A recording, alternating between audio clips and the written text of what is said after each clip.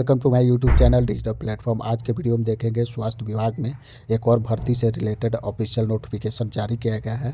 तो वह official notification download करेंगे और देखेंगे कि यह भर्ती कौन से पद पर निकली हुई है तथा कुल पद की संख्या कितनी है। इसके लिए आवेदन फॉर्म भरना चाहते हैं तो शैक्षणिक योग्यता तथा उम्र सीमा क्या रखी गई है तथा कब से कब तक इसके लिए आवेदन फॉर्म भर सकते हैं तथा आवेदन शुल्क किस कैटेगरी के लिए कितना लिया जा रहा है तथा इस पद पर जब आपका चयन होगा तो कितना मासिक वेतन मिलेगा तथा किस प्रकार से चयन प्रक्रिया होने वाला है।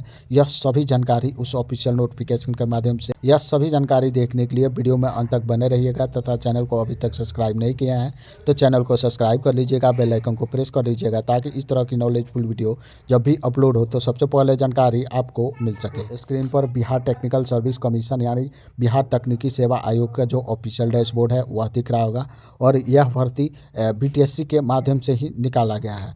यहाँ स्क्रॉल डाउन करके नीचे आएंगे तो यहाँ देख सकते हैं कि यह नोटिफिकेशन अभी हाल फिलहाल में ही जारी किया गया है 4 मार्च को और इसका जो एडवर्टाइजमेंट नंबर है वह आप यहाँ से देख सकते हैं। यहाँ इसका नोटिफिकेशन डाउनलोड करने के लिए आप यहाँ आएंगे तो एडवर्टाइजमेंट का एक ब्लू कलर का टैब मिलेगा, इस पर आप क्लिक करेंगे। इस तरह से इसका जो ऑफिशियल नोटिफिकेशन है वह डाउनलोड होके और आपके मोबाइल फ़ोन या सिस्टम में ओपन हो जाएगा। ओपन होने बाद आप यहाँ से देख सकते हैं कि इसका जो विज्ञापन संख्या है वह देखने को मिल जाएगा और यह जो भर्ती है वह शल्य कक्ष सहायक यानी ओटी असिस्टेंट के पदों पर भर्ती के लिए नोटिफिकेशन जारी किया गया है। यहाँ इसके लिए जो अप्लाई करने का डेट है वह देख सकते हैं कि 4 मार्च से इसका फॉर्म ऑनलाइन होना स्टार्ट हुआ है और 1 अप्रैल तक आप ऑनलाइन कर सकते हैं। यहाँ देखेंगे तो पुनः जो पद का नाम है वह शैल कक्ष सहायक के पद पर यह भर्ती निकाली गई है तथा इसका जो वेतन है वह 5200 से 20,000 के बीच रहने वाला है। जो ग्रेड पे है वह 2800 है और इसका जो वेतन लेवल है वह लेवल 5 का रहने वाला है। इसके लिए जो शैक्षणिक योग्यता है वह आप भौतिकी, विज्ञान, रसायन और जीव विज्ञान अंग्रेजी के साथ इंटरमीडिएट पास है और इसके साथ में बिहार अथवा अन्य राज्य सरकार द्वारा मान्यता प्राप्त संस्थान से शल्य कक्ष सहायक डिप्लोमा कोर्स किया है यानी ओटी असिस्टेंट का डिप्लोमा कोर्स किए हैं या फिर बैचलर ऑफ शल्य कक्ष सहायक टेक्नोलॉजी कोर्स किए हैं तो आप इसके लिए आवेदन फॉर्म भर सकते हैं। यहाँ नीचे में आएंगे तो देख सकते हैं कि स्वास्थ्य विभाग में यह भर्ती निकाली गई है। यहाँ कैटेगरी वाइज सीट की संख्या देख सकते हैं कि अनारक्षित वर्ग के लिए 658 सीट है, ईडब्ल्यूएस के लिए 165 सीट है, अनुसूचित जाति के लिए 270 सीट है, अनुसूचित जनजाति के लिए 18 सीट है, अत्यंत पिछड़ा के लिए 304 सीट है, पिछड़ा वर्ग के लिए 212 सीट है, पिछड़ा वर्ग महिला के लिए 56 सीट है। टोटल जो पद की संख्या है वह 1683 पदों पर यह भर्ती निकाली गई है। नीचे में आएंगे तो देख सकते हैं कि जो उम्र सीमा है वह आप जो आपकी उम्र सीमा है वह न्यूनतम या फिर अधिकतम 1/8/2024 तक गणना की जाएगी। यानी आपकी न्यूनतम उम्र सीमा 18 वर्ष 1/8/2024 तक है तो आप इसके लिए आवेदन फॉर्म भर सकते हैं। वहीं अधिकतम उम्र सीमा की बात करेंगे तो यदि आप अनारक्षित वर्ग के कैंडिडेट है तो आपकी जो अधिकतम उम्र सीमा है वह 37 वर्ष रखी गई है। वहीं अनारक्षित वर्ग महिला कैंडिडेट के लिए 40 वर्ष अधिकतम उम्र सीमा रखी गई है। पिछड़ा वर्ग, अत्यंत पिछड़ा वर्ग, पुरुष और महिला दोनों कैंडिडेट के लिए जो अधिकतम उम्र सीमा है वह 40 वर्ष है। अनुसूचित जाति, अनुसूचित जनजाति, पुरुष और महिला दोनों कैंडिडेट के लिए जो अधिकतम उम्र सीमा है वह 42 वर्ष रखा गया है।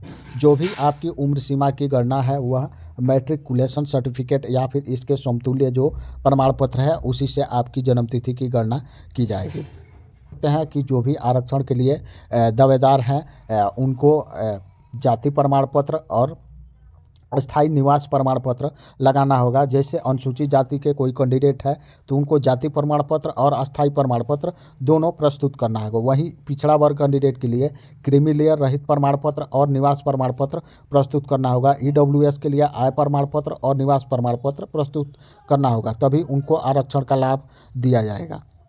तो आपको कैटेगरी वाइज आवेदन शुल्क जो रखा गया है वह देखने को मिल जाएगा कि सामान्य वर्ग, पिछड़ा वर्ग, अत्यंत पिछड़ा वर्ग, आर्थिक रूप से कमजोर ईडब्ल्यूएस कैंडिडेट के लिए जो आवेदन शुल्क है वह 600 रुपया रखा गया है। वहीं अनुसूचित जाति, अनुसूचित जनजाति जो बिहार राज्य के अस्थायी निवासी है उनके लिए जो आवेदन शुल्क है वह 150 रुपया रखा गया है।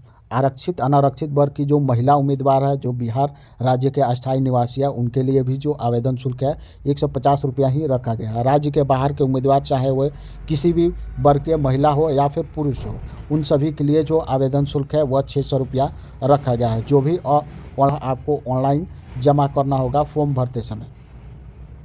यह सभी टर्म्स ऑफ कंडीशन पूरा करने बाद जब इसका चयन प्रक्रिया किस प्रकार से होने वाला है, तो जो इसका चयन प्रक्रिया है वह लिखित परीक्षा और कार्य अनुभव के आधार पर चयन किया जाएगा। और जो आपका लिखित परीक्षा होगा और कार्य अनुभव के आधार पर अभ्यर्थियों की जो मेगा सूची है, यानी मेरिट लिस्ट तैयार की जाएगी।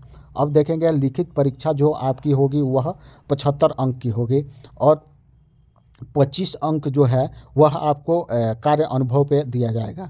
1 वर्ष आपका कार्य अनुभव है, उसका प्रमाण पत्र लगाते हैं तो आपको 5 अंक दिया जाएगा। फिर यहाँ नीचे में आएंगे तो यहाँ एग्जाम्पल में दिया हुआ है कि किस प्रकार से जो अंक की गणना है वह किया जाना है।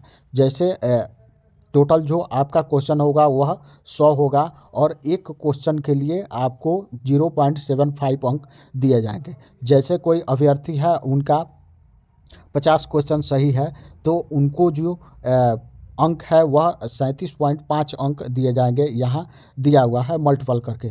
फिर नीचे में आएंगे तो देख सकते हैं कि जो आपकी लिखित परीक्षा होगी वह पहले ही क्लियर कर दिया गया है कि कंप्यूटर बेस्ड टेस्ट लिया जाएगा, यानी CBT के माध्यम से आपकी परीक्षा ली जाएगी। जो आपकी परीक्षा के कुल प्रश्न की संख्या होगी वह 100 होगी और जो टोटल क्वेश्चन है वह बहुविकल्पीय क्वेश्चन रहने वाला है।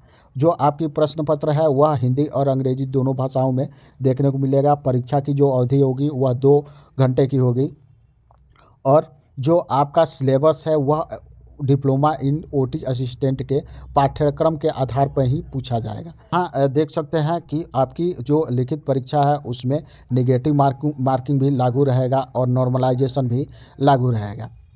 प्रक्रिया कंप्लीट करते हैं उसके बाद DV की बारी आती है, यानी डॉक्यूमेंट्स वेरिफिकेशन के समय जो भी महत्वपूर्ण दिशा निर्देश है डॉक्यूमेंट्स से रिलेटेड वह यहाँ पर दिया हुआ है। तो आप इसको एक बार ज़रूर पढ़ लेंगे कि डॉक्यूमेंट्स वेरिफिकेशन में कौन कौन से डॉक्यूमेंट्स आपसे मांगा जाएगा। लास्ट में आएंगे तो यहाँ इसी नोटिफिकेशन में आपको जो एक्सपीरियंस लेटर है वह अटैच मिल जाएगा और यहाँ जो भी आप एक्सपीरियंस लेटर जारी करेंगे यानी लगाएंगे वह देख सकते हैं कि जिस संस्थान में आप काम किए हैं उसके लेटर पैड पर होना चाहिए। फिर यहाँ गैपांक भरा होना चाहिए, फिर यहाँ दिनांक, फिर नाम, पिता का नाम, पता, यह सभी फिल करेंगे और फिर यहाँ से अपना संविदा के आधार पर जो संख्या है वो फिल करेंगे, डेट भरेंगे, फिर यहाँ से पद का नाम भरेंगे। यह सभी जानकारी आप फिल करने बाद यहाँ देख सकते हैं कि साइन मोहर सबका दिया हुआ है। यहाँ से आपको वेतन भरना होगा कि कितने वेतन मिल रही थी वहाँ पर काम कर रहे थे। तो यह सभी जानकारी आप इस ऑफिशियल नोटिफिकेशन के माध्यम से देख सकते हैं। यह ऑफिशियल नोटिफिकेशन आपको टेलीग्राम चैनल पर देखने को मिल जाएगा, तो वहाँ से डाउनलोड करके और खुद से भी चेकआउट कर सकते हैं। टेलीग्राम चैनल का लिंक आपको डिस्क्रिप्शन बॉक्स में मिल जाएगा। मिलते हैं किसी नए अपडेट के साथ। जय हिंद।